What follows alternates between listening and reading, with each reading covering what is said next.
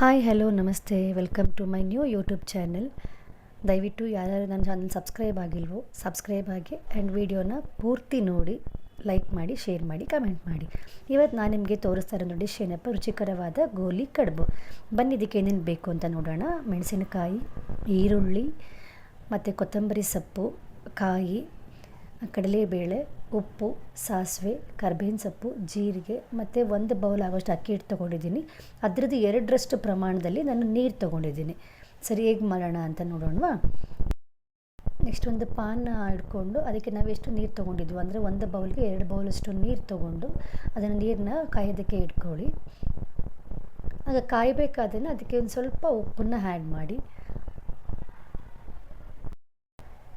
ನಿಮಗೆ ರುಚಿಗೆ ಎಷ್ಟು ಬೇಕಷ್ಟು ಹಾಕ್ಕೊಳ್ಳಿ. ನೆಕ್ಸ್ಟು ಅದನ್ನು ಸ್ವಲ್ಪ ನೀರು ಕುದಿ ಬಂದ ಮೇಲೆ ಅದಕ್ಕೆ ನಾವೇನು ತೊಗೊಂಡಿದ್ವೋ 1 ಬೌಲ್ ಅಕ್ಕಿ ಹಿಟ್ಟನ್ನು, ಆ ಅಕ್ಕಿ ಹಿಟ್ಟನ್ನು ತೊಗೊಂಡು ಆ ನೀರಿಗೆ ಮಿಕ್ಸ್ ಮಾಡ್ಕೊಳ್ಳಿ. ನೀವು ಅದು ಹಾಕಿದ್ಮೇಲೆ ಮಿಕ್ಸ್ ಮಾಡ್ತಾನೆ ಇರಬೇಕು, ಇಲ್ಲಾಂದರೆ ಗಂಟು ಆಗಿಬಿಡುತ್ತೆ. ಸೊ ಹಾಗೆಯೇ ಅಕ್ಕಿ ಹಿಟ್ಟು ಹಾಕ್ತಾ ಹಾಗೆಯೇ ಮಿಕ್ಸ್ ಮಾಡ್ಕೊಳ್ಳಿ. ನಿಮ್ಗೆ ಇನ್ ಕೇಸ್ ತೆಳ್ಳಗೆ ಅನ್ನಿಸ್ತು ಅಂದರೆ ಇನ್ನು ಸ್ವಲ್ಪ ಅಕ್ಕಿ ಹಿಟ್ಟು ಹಾಕೊಬೋದು. ಬಟ್ ಅದು ಕನ್ಸಿಸ್ಟೆನ್ಸಿ ಕರೆಕ್ಟಾಗಿರುತ್ತೆ. 1 ಬೌಲ್ಗೆ 2ರಷ್ಟು ನೀರು. ಇದೇನು ಗೊತ್ತಾ, ಇದು ಬಾಕ್ಸಿಗೆ ಚೆನ್ನಾಗಿರುತ್ತೆ, ಇಲ್ಲ ನೀವು ರಜಾ ಇದ್ದಾಗ ಮಾಡ್ಕೊಳ್ಳೋದಕ್ಕೆ, ಇಲ್ಲ ಟೀ ಟೈಮಲ್ಲಿ ಈ ಥರದೊಂದು ನೋಡಿ. ಇದು ಇವಾಗ ಆಗಿದೆ, ಇದನ್ನು ಇದು ಮಾಡಿ ನೋಡಿ, ಕೈಗೆ ಅಂಟೋದಿಲ್ಲ. ಇದನ್ನು ಒಂದು ಪ್ಲೇಟ್ಗೆ ಟ್ರಾನ್ಸ್ಫರ್ ಮಾಡ್ಕೊಳ್ಳಿ. ಸೊ ಟ್ರಾನ್ಸ್ಫರ್ ಮಾಡಿಕೊಂಡು ಅದನ್ನು ಮಾಮೂಲಿ ನೀವು ಇಟ್ಟು ಹೇಗೆ ಮಿದಿತೀರೋ ಆ ಥರ ಅದು ಒಂಥರ ಗಂಟು ಅದೆಲ್ಲ ಉಡ್ಕೊಳ್ಳುತ್ತೆ. ಸ್ವಲ್ಪ ಸಾಫ್ಟ್ ಆಗುತ್ತೆ, ನಿಮಗೆ ರೌಂಡ್ ಮಾಡೋದಕ್ಕೆ ಈಸಿ ಆಗುತ್ತೆ.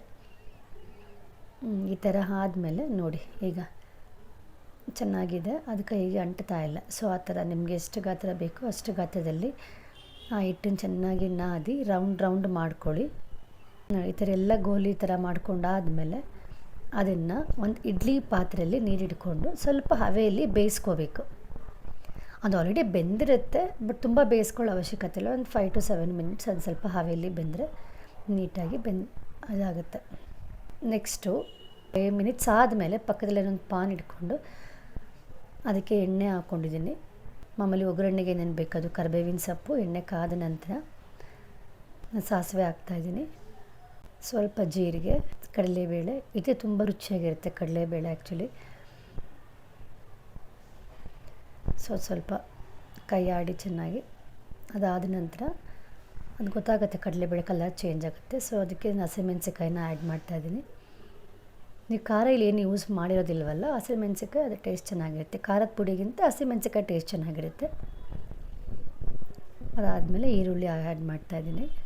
ಈರುಳ್ಳಿನೂ ಅಷ್ಟೇ ಸಣ್ಣದಾಗಿ ಹೆಚ್ಕೊಂಡಿದ್ದೀನಿ, ತೆಳ್ಳಗೆ ಹೆಚ್ಕೊಂಡಿದ್ದೀನಿ. ಸೊ ಅದನ್ನು ಹುರ್ಕೊತಾ ಇದ್ದೀನಿ.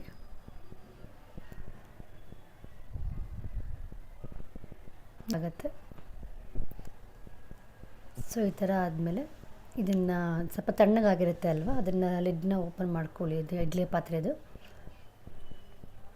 ನೋಡಿ.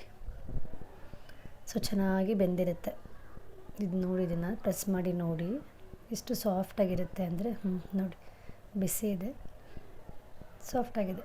ಸೊ ಇಲ್ಲಿ ಆಗಿದೆ ಈರುಳ್ಳಿ. ಇದಕ್ಕೆ ಒಂದು ಸ್ವಲ್ಪ ಈಗ ರುಚಿಗೆ ಆವಾಗಲೇ ಉಪ್ಪು ಹಾಕಿದ್ದೀನಿ. ಸೊ ಇದೊಂಚು ಈರುಳ್ಳಿ ಸ್ವಲ್ಪ ಉಪ್ಪು ಆ್ಯಡ್ ಮಾಡ್ತಾಯಿದ್ದೀನಿ.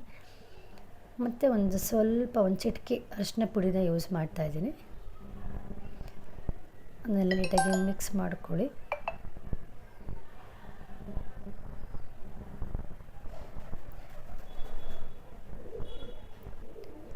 ಸೊ ಮಿಕ್ಸ್ ಮಾಡ್ಕೊಂಡಿದ್ದ ನಂತರ ಇದಕ್ಕೆ ಕಾಯಿ ತುರಿನ ಆ್ಯಡ್ ಮಾಡ್ತೀನಿ, ಮತ್ತು ಕೊತ್ತಂಬರಿ ಸೊಪ್ಪು ಎರಡನ್ನೂ ಆ್ಯಡ್ ಮಾಡ್ತಾಯಿದ್ದೀನಿ. ಸೊ ಇದನ್ನು ಚೆನ್ನಾಗಿ ಮಿಕ್ಸ್ ಮಾಡ್ಕೊಳ್ಳಿ.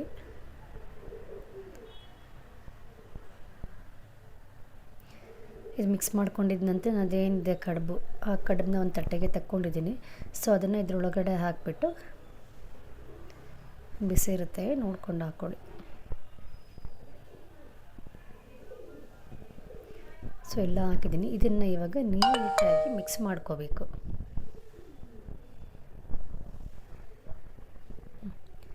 ನೀಟಾಗಿ ಆ ಈರುಳ್ಳಿ ನೀಟಾಗಿ ಹೊಂದ್ಕೊಳ್ಳೋ ಥರ ಹಿಟ್ಟಿಗೆ, ಮತ್ತು ಅರಿಶಿನ ಪುಡಿ, ಉಪ್ಪು ಎಲ್ಲ ಹಾಕಿದ್ದೀವಲ್ವ. ಸೊ ಅದೆಲ್ಲ ನೀಟಾಗಿ ಹೊಂದ್ಕೊಳ್ಳೋ ಥರ ಮಿಕ್ಸ್ ಮಾಡ್ಕೊಳ್ಳಿ. ನೋಡಿ ಎಷ್ಟು ಚೆನ್ನಾಗಿ ಕಾಣಿಸ್ತಾ ಇದೆಲ್ಲ. ನೀಟಾಗಿ ಈ ಥರ ಮಿಕ್ಸ್ ಮಾಡ್ಕೊಂಡು ಆದಮೇಲೆ ಸ್ವಲ್ಪ ಹೊತ್ತು ಹಾಗೆ ಬಿಸಿ ಆಗೋದಕ್ಕೆ ಬಿಡಿ. ಇದನ್ನು ಮಕ್ಕಳು ತುಂಬ ಇಷ್ಟಪಡ್ತಾರೆ, ಯಾಕಂದರೆ ಟೇಸ್ಟಿಯಾಗಿರುತ್ತೆ. ಸೊ ನೀವು ಅವ್ರ ಸ್ನ್ಯಾಕ್ಸಿಗಾಗಲಿ ಇಲ್ಲಾಂದರೆ ಅವ್ರಿಗೆ ಟಿಫನ್ ಬಾಕ್ಸಿಗಾಗಲಿ ಮಾಡಿದ್ರೆ ಅವರು ಖಾಲಿ ಮಾಡ್ಕೊಂಡು ಬಂದೇ ಬರ್ತಾರೆ.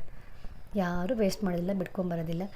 ಅಮ್ಮ ಇನ್ನೊಂದ್ಸಲಿ ಮಾಡಿಕೊಡು ಅಂತ ಕೇಳೋ ಅಷ್ಟು ರುಚಿಯಾಗಿರುತ್ತೆ. ಇದಕ್ಕೊಂದು ಸ್ವಲ್ಪ ಹೇಗೆ ಮೇಲ್ಗಡೆ ಕೊತ್ತಂಬರಿ ಸೊಪ್ಪು ಹಾಕ್ತಾಯಿದ್ದೀನಿ. ನೆಕ್ಸ್ಟ್ ಇದನ್ನು ಒಂದು ಪ್ಲೇಟಿಗೆ ಟ್ರಾನ್ಸ್ಫರ್ ಮಾಡ್ಕೊಂಡಿದ್ದೀನಿ. ನೋಡಿ, ಇದಕ್ಕೆ ಕಾಯಿ ಚಟ್ನಿ ಸೂಪರ್ ಟೇಸ್ಟಾಗಿರುತ್ತೆ. ಸೊ ನೀವು ಒಂದ್ಸಲಿ ಟ್ರೈ ಮಾಡಿ, ಟೇಸ್ಟ್ ಹೇಗಿತ್ತು ಅಂತ ಕಮೆಂಟ್ ಮಾಡಿ. ದಯವಿಟ್ಟು ಲೈಕ್ ಮಾಡಿ, ಶೇರ್ ಮಾಡಿ, ಅದಕ್ಕಿಂತ ಮುಂಚೆ ಸಬ್ಸ್ಕ್ರೈಬ್ ಮಾಡಿ. Thank you for watching.